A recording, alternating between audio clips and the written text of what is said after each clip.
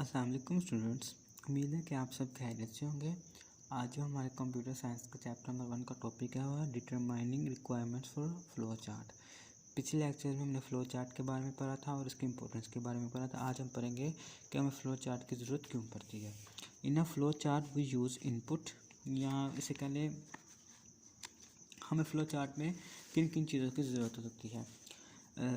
सबसे पहले तो हमें 3 चीज़ों की ज़रूरत होती है: इनपुट, आउटपुट, इनपुट प्रोसेसिंग और आउटपुट। ठीक है, ये 3 चीज़ें होती हैं, बल्कि 4 चीज़ें होती हैं: इनपुट, आउटपुट, डिसीजन मेकिंग और प्रोसेसिंग। सबसे पहले इनपुट होती है, फिर प्रोसेसिंग, फिर उसकी डिसीजन मेकिंग होती है, फिर आउटपुट होती है।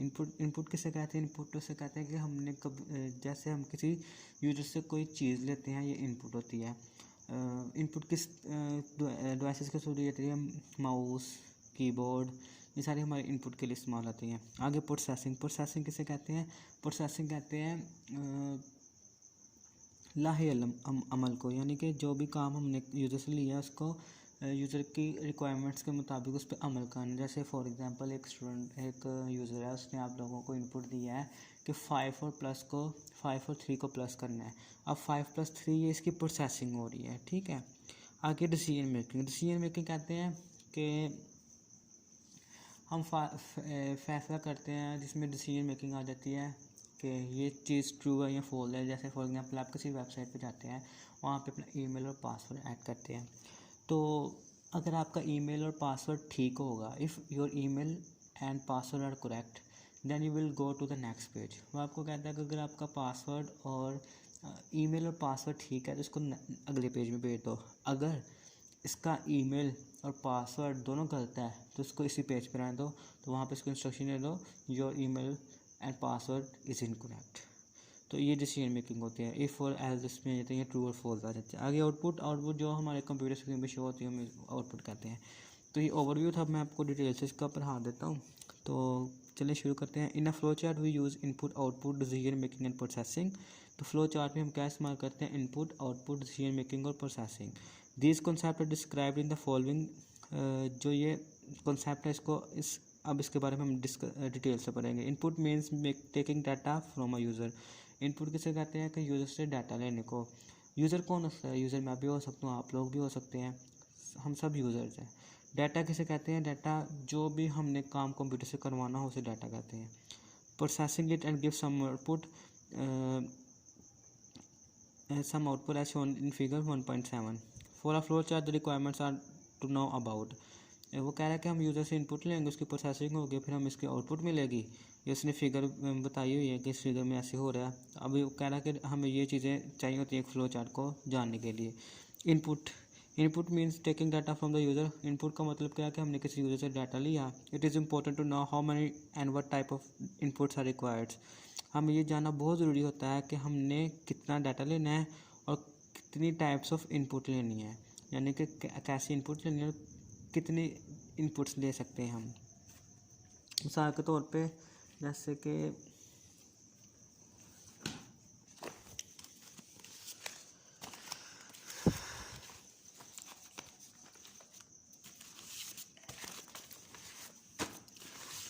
एक यूज़र है, वो हम एक नंबर इनपुट करता है A=5 और B=6। अब उसको क्या चाहिए? उसको इसके आउटपुट चाहिए प्लस में भी, माइनस में भी, मल्टीप्लाई में भी और डिवाइड में भी। अब ये क्या है कि it is important to know how many and what type of inputs are required. कि हम ये सबसे ज़्यादा ज़रूरी ये होता है कि ये जानना कि हाउ मैनी कितनी और किस किस्म की इनपुट्स हमें चाहिए। तो अब जो हमें मिली हैं, तो ये अब यूज़र है, उसने इनपुट दी है A=5 B=6 के दो उसने इनपुट दी हैं। अब वो हमसे क्या चाह रहा है? वो चाह रहा है कि इस दोनों को मैं प्लस भी करूँ, माइनस भी करूँ, मल्टीप्लाई करूँ और डिवाइड भी करूँ।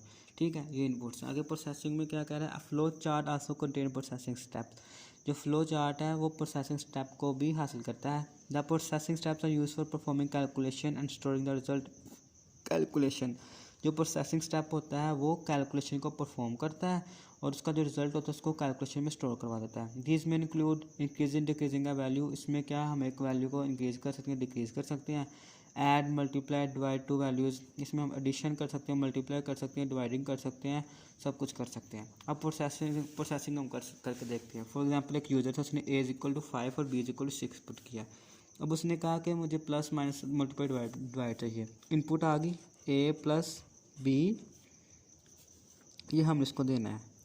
a क्या है 5, b क्या है 6, इन दोनों को प्लस करें तो क्या आएगा 11 आएगा।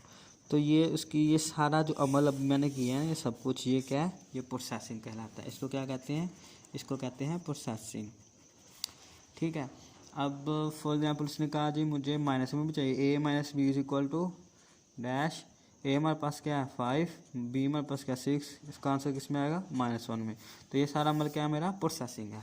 ठीक है। सबसे पहले क्या हमें मिलेगा, इनपुट मिलेगी।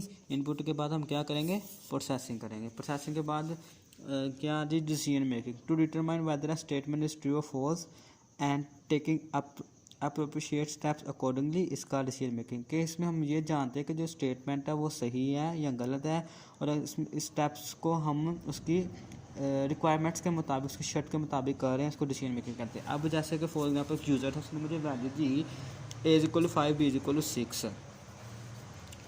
अब a + b उसने कहा कि इन दोनों वैल्यूज़ का सम चाहिए। क्या चाहिए उसको, सम चाहिए, सम ऑफ दीज वैल्यूज़, उसको इन वैल्यूज़ का सम चाहिए।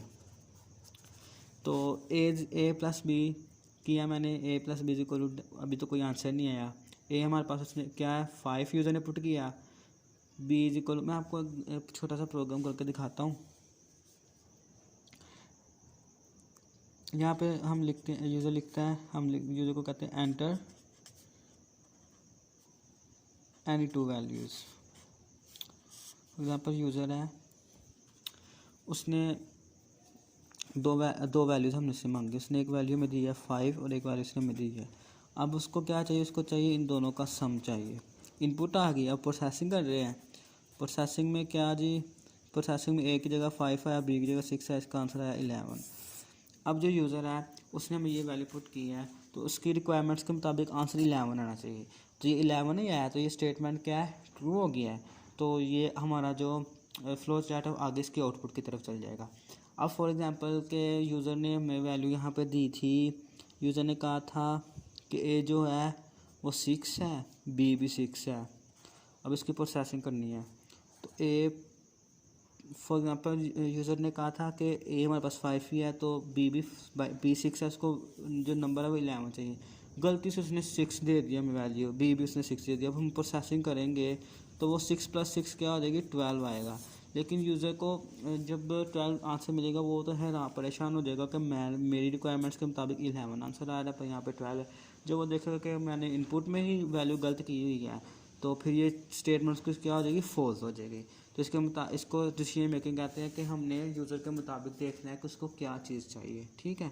आगे आउटपुट कैसे कहते हैं, output are used to display information are usually this information exhibits the processed result.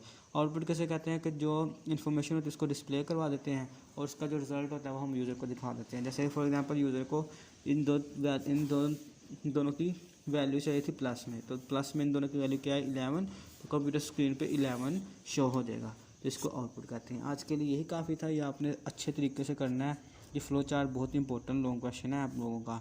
तो आपने ये determining requirements of flow chart ये सारा आप लोगों ने ये इनपुट शॉर्ट में लिखना है, प्रोसेसिंग शॉर्ट में, डिसीजन मेकिंग आउटपुट, ये डायग्राम आप लोगों ने सब कुछ बनाना है। अल्लाह हाफिज़। आप लोग अपना ख्याल रखिएगा। अल्लाह हाफिज़।